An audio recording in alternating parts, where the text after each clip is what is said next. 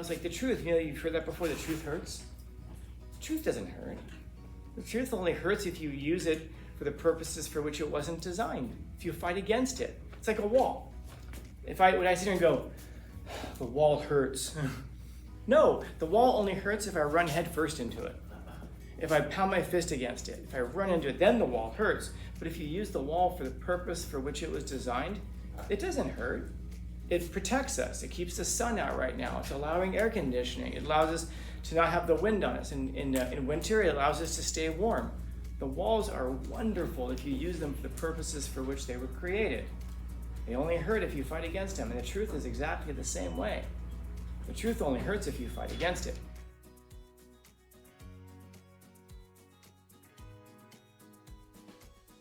When we ask that question, why do people drink? And if we just immediately turn to because they're trying to forget their problems, because they're losers, because of this, because of that, no, that just isn't true. It's not honest, it's not true. We should at least be honest. Call things by their proper names. It makes matters simpler. People do it because it's fun. It's like, why do people do drugs? Because they're missing something inside. Anybody ever sit there for the first time using drugs and go, I'm missing something inside. I need to find some coke. No, eventually that starts to fill that gap. It fills it in for people. But people don't, you're not sitting at a party just going like, I feel numb and hopeless in this festive, fun environment where everyone's listening to music and dancing and talking. Let me try some coke that maybe that'll make me feel better. No, you're doing it because you're already having a good time and you amplify it. It's like with a lot of things, if you just go too far on it, or worse yet, if you use them for the purposes for which they're not intended. It's like the truth. You've heard that before. The truth hurts. The truth doesn't hurt. The truth only hurts if you use it for the purposes for which it wasn't designed. If you fight against it, it's like a wall. When I sit here and go, the wall hurts. No, the wall only hurts if I run head first into it. If I pound my fist against it, if I run into it, then the wall hurts. But if you use the wall for the purpose for which it was designed, it doesn't hurt. It protects us. It keeps the sun out right now. It's allowing air conditioning. It allows us to not have the wind on us. In winter, it allows us to stay warm. The walls are wonderful if you use them for the purposes for which they were created. They only hurt if you fight against them, and the truth is exactly the same way. The truth only hurts if you fight against it. The truth should be something that we welcome, not resist. And then it only hurts again if we're kind of running afoul of it. Yeah, that's interesting, man. Like something bad happens to us, and we could say, we could keep that negative association. Well, then alcohol is just terrible, so we should avoid it and all that. Okay, fine. Or you could look at something that's happened and say, how can I make something good out of this? Because if something happens, it's already happened. You can't undo it. But what you can do is something better with it. You can start a foundation. You can raise awareness or something. Otherwise, it's just a bad thing that happened that goes down in history as one of the millions and millions of bad things that have happened. Yeah, interesting. God, you had your hand up for a little bit ago. That feels like, that feels a little longer. And when you're doing conditioning, that can feel like a couple of hours. But yeah, you see how fast, when it's something that you enjoy, you lose track of time because you're not thinking about the time. We tend to get better at the things that we focus on. If you're focusing on I think I was saying last time, if we focus on the positive things of the world, you're going to see a lot of positive things in the world. If you focus on the negative things, you'll see the negative things. If you focus on the clock in U.S. government, man, that clock is going to go slow, dude. But if you're focused on something else entirely, all of a sudden the class is ending, and I go, oh my gosh, that was quick. Well, boxing is ending, that was really quick, yeah. So when he's talking about because you're talking about things you love, but he also considers you like a person that you're living for now. Yeah, anything like that. Yeah, if it's something that you love. He gives us some examples with wine, with poetry, or virtue, but you can be drunk with a person too. Yeah, we hit it when we talked about that it's a metaphor. And then also, as Jazz was talking about, the word that we were thinking of was inhibitions. It lowers your inhibitions. It allows you to have fun and talk in ways that you normally wouldn't. In other words, it kind of lowers the barriers or things that socially we wouldn't say or do, act that way. It gets rid of those things and it kind of puts everybody on an equal plane. That's why people like to do it also, because it helps you to do things that you wouldn't do otherwise. I mean, you can be drunk with a person as well. I don't know if any of you guys have a significant other that that you're in the world and you're standing there. That's how the world sees you. But then when you're with your significant other, you're just a silly asshole with them. You're goofy, you say weird stuff. But then when you're around other people, you have to kind of pop up a little bit, because you get to lower those inhibitions and be different with the people who you obsess with. Yeah. I'll be honest with you guys. I looked at this class when we just started last week, and I was like, dude, this is gonna be rough. There's a reason though, because the group is small. Small classes don't usually participate much. And then when we don't participate much, it's like me coming up here for 10 minutes, asking a question. We all stare at each other for like 10 minutes, and I go, all right guys, good talk. Go ahead and do your work. Because it's so slow. But you guys, even though you guys are my smallest class, you guys participate way more than any of my other classes. It makes that time go fast, man. At least for me. I mean, I think it certainly if you guys hear each other talking, it probably makes it go faster for you too. And that's the thing, like anything that you're interested in, if you can, if anything that you have an interest in, the time's gonna go quickly. So how is it that you can make time go quickly in any situation? Have a positive mindset. What's that? Have a positive mindset. 100%. And it sounds cliche, but it's absolutely true. You have to find something about it to interest you. And like I was just listening to some old talks I gave. When I was in college, I had this geography course. The professor was terrible, and he was terrible. It was geography, and he would get up there and talk politics, and his politics were the complete 100% opposite of almost anybody else in the room, and they would get pissed, and then they'd start yelling at each other, like actually raising voices and arguing. This is like 18-year-old me. I'm sitting there thinking, this sucks. This is boring. So what would I do? I'd stir the pot. That's right, professor. Do tell them. They need to hear it. Everybody else understood what I was doing, and he was and then that would be all the encouragement he needed. The class was extremely difficult too. He used to design it, he told us, so that if he took it at his age right now, that he would get a low A. So the class was really hard. And I remember the final exam, he had these maps all over the room, and they all just had numbers on them. So it'd be like map 1, map 2, 3, 4, 5, 6, 7. I think he went up to 14 if I remember correctly. And on each map, he'd have like things marked, like 1, 2, 3. And so the exam was, and everybody seemed to have different ones, you would have to go over to map, the first question I asked you, 1, 1. So you'd have to go over to map 1, and you'd have to look at it, and then know that mark 1, what city is that? You have to like memorize, and he didn't give you like, oh, Paris, Washington. I mean, those were on there, but it was like little tiny towns and stuff like that. He made it extremely difficult. People were flipping out. And I was having a lot of fun though. I wasn't doing super well in the class, but a lot of fun watching them all argue and fight with each other. And so he used to talk like this, like a Disney villain. He would move his hands like this. And I remember I was standing there one day and he walks up to me and for the final exam. I had my girlfriend at the time who absolutely hated him, was studying her ass off, and she had like a C. And she was working hard. When you're in college, by the way, C's are not like C's in high school. C's are like D's, dude. Like it's not good. So anyway, he comes up to us and he goes, Mr. Scanlon. And I said, yes. And he says, oh, sorry. Future Dr. Scanlon. Oh, yes, Professor. And he says, have you ever heard of the law of reciprocity? So law of reciprocity means you get what you give. If you're nice, you get niceness. And I said, but I don't know about the law of reciprocity. He says, you're right. Reciprocity, you get what you give. It was his last semester there. He said, I've really enjoyed having you in class this year. Don't worry about your final exam. You have an A in the class. Go home. I was like, you're a good man. I went home. My girlfriend flipped her shit. She was so angry about it. She ended up with a C in the class. And she tried really, really hard. She worked hard. Am I saying you should be nice to people because then you'll get something out of it? No. I don't even know if I was super nice to him. I was just sarcastic. But I found something fun. I found something interesting. It made the time go faster, if nothing else, because the thing is, I had to be in the class anyway. I could be in the class and just be angry with him and blame the class and blame the school for making me take it. Or I could have asked, what can I do differently? And what I can do differently in any situation is find something interesting and fun. Because what's so funny? Everything. If you know how to look at it just the right way, you can find something funny in almost anything.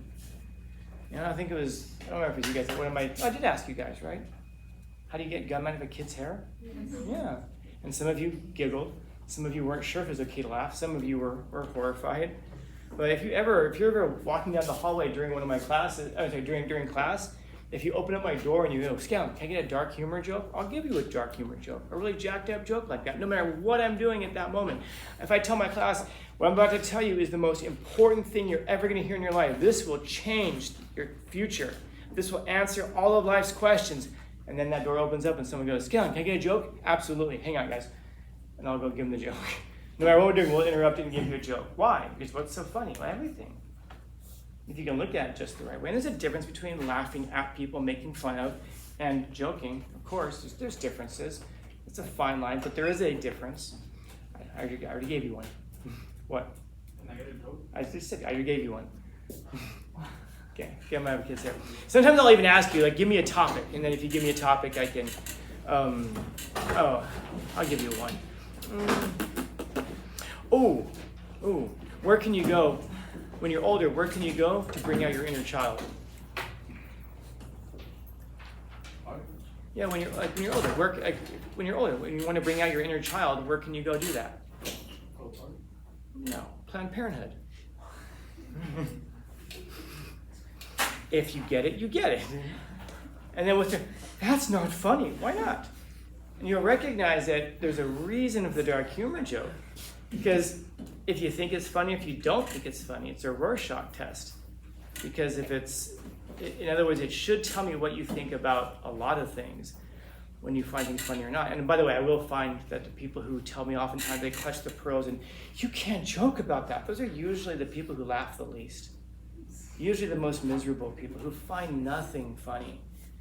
And then those are the people who drink to forget, not drink to make better. Yeah. Yeah, because you get it now. You see it now. Yeah, it's because she's whittled or whatever.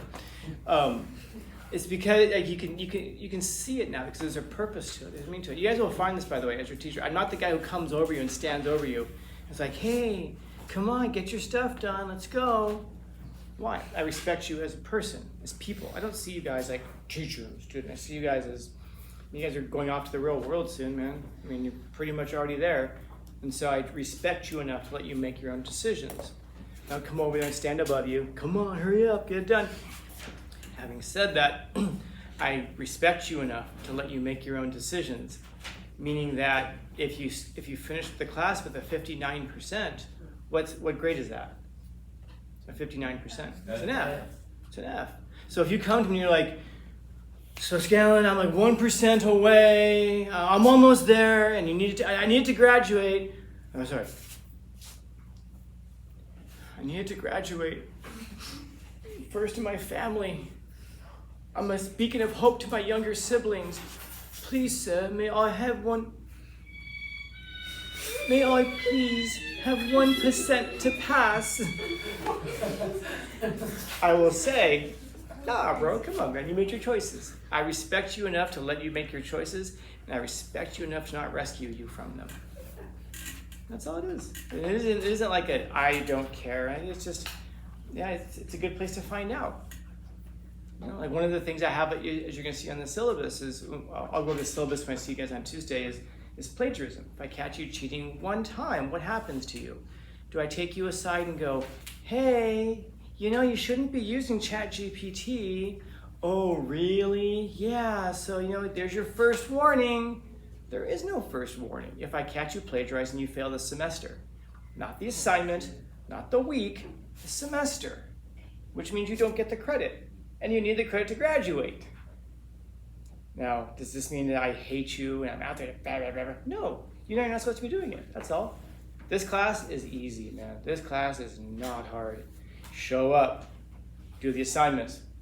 I don't know what to write. It's so much work. Well, I've been talking here for 22 minutes to you, and you can still have been writing right now. So even if you're stuck on not, I can't fill up enough. You've got 15 minutes plus 22 minutes. That's 37 minutes so far to write. You have time. You can come to me, ask me, how do I do this?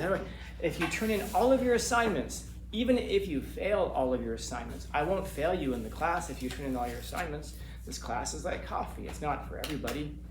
As long as you try, man. English is not for, this subject itself is not for everybody, and I get that. What I don't get is I'm struggling. You know what I should do? Cheat. Is that your default in life, your go-to in life? Like, if something is hard, I should just cheat. No, I'm not your dad, probably. Although the 2000s were kind of crazy, but I'm probably not. Now, that means that I'm not here to morally shape you or anything like that. It's just, that's what happens. Why? And the reason for it is because that creates a lot of work for me. And so, do I catch everybody who cheats? No, of course not. So when I do, I drop the bomb on you. It's not because I hate you. But it's because I respect you enough to let you make your own choices and to live with the consequences of your choices. I'm not going to rescue you from any of those things. I'm going to help you get to wherever you want to get. Anybody here want to get an A in this class, and if you end up in college afterwards and you need help with your stuff in college, hit me up. I'm here. I'll help. I do it all the time. She knows I'm doing it all the time. I spend I can't stress enough. I help a lot of former students constantly with work. They're in college. I have a student who's getting his PhD right now. He still talks to me and runs things by me. I'm here for that. I'm here for wherever you want to get to in life. And I respect you enough to make those choices, even as a 10th grader when you're there. Because then some growth happens and you see the difference now, you're saying. Yeah. And so, whatever situation is, grow from it. But you can only grow from it if you commit yourself to it. How much do you commit yourself to it? How much commitment does it take to be drunk? Just to pour yourself into it, no matter what it is. Find something, because whoever it was began by talking about having that meaning and that purpose. That's what gets you up in the morning. As I said last time, guys, life is suffering. And we don't get to choose not to suffer, but we can choose what we suffer for. And what keeps you going is to find something in your life that makes the suffering worthwhile, to help you transcend it. I was talking last period, I'll leave it with this. When I was growing up, my dad worked at McDonald's. My mom was disabled, so we were broke all the time. My dad was raising my two kids and supporting a family, I guess, on McDonald's wages. It sucked for him. And the guy was working so much, he ends up getting type 2 diabetes from eating McDonald's all the time because that's where he worked his whole life. So that job quite literally killed him. Do you think my dad woke up every day and was like, all right, I get to go work at McDonald's today. I get to go do fries. No. But he found something that made the suffering worthwhile. He made in my geography class, I found humor. And I used humor to make that suffering worthwhile. My dad would go to work every day, and what made the suffering worthwhile for him was coming home every day and seeing what that he provided for people he cared about. As all the sacrifices that he made. And so it's one of those things that kind of motivates me as I think about it. My parents worked really hard, and they sacrificed a lot. My parents sacrificed so much, man. I could not live with myself if I was just being mediocre. You know, my parents suffered way too much for me to just be okay, to just be mediocre. And I carried that through with me. I asked that question of like, why am I so straightforward with things? I don't ever want to hurt your feelings. Having said that, I'm not afraid to hurt your feelings if it's true, if it's real. And it's not because I hate you. It's not because I want to say something terrible or whatever. No. I mean, it's because